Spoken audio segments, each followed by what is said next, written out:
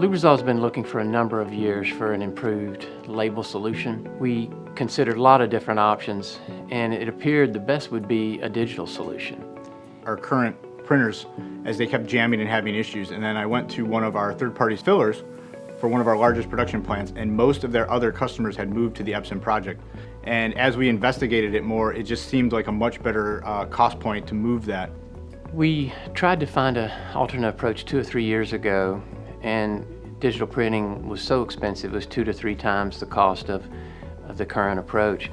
And so we stalled out. And what's changed now is we have new partners that have allowed us to make this digital application viable.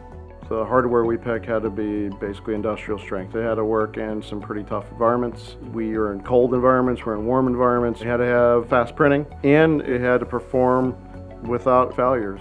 Even some of our locations in Europe where it got very cold, where they didn't think the inkjet technology would survive during the cold weathers of the winters, as soon as they were able to test the printer out, it made a lot of the naysayers into believers. They work very simply and they work every time.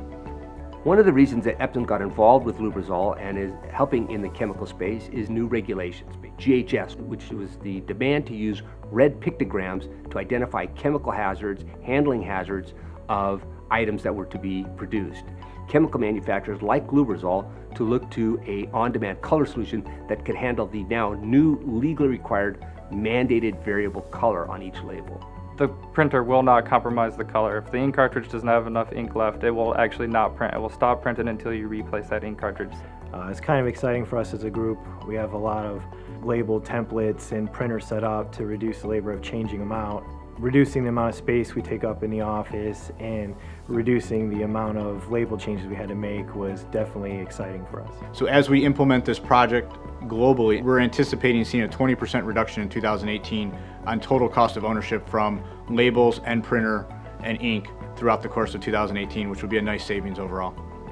There's 2 main reasons where I see color printing helping us to differentiate. One would be from counterfeiting, the second one being brand leaders. It's just an additional feature which makes our product just pop out and stand out more. We've gotten feedback from a lot of our global customers that they take a lot of pride in our brand name and seeing that in our warehouse.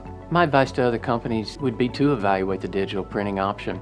If you haven't looked at it in a number of years, it's really a viable option that's cost effective and allows you to meet the increasing demands from complexity from regulatory issues as well as your own customers' expectations.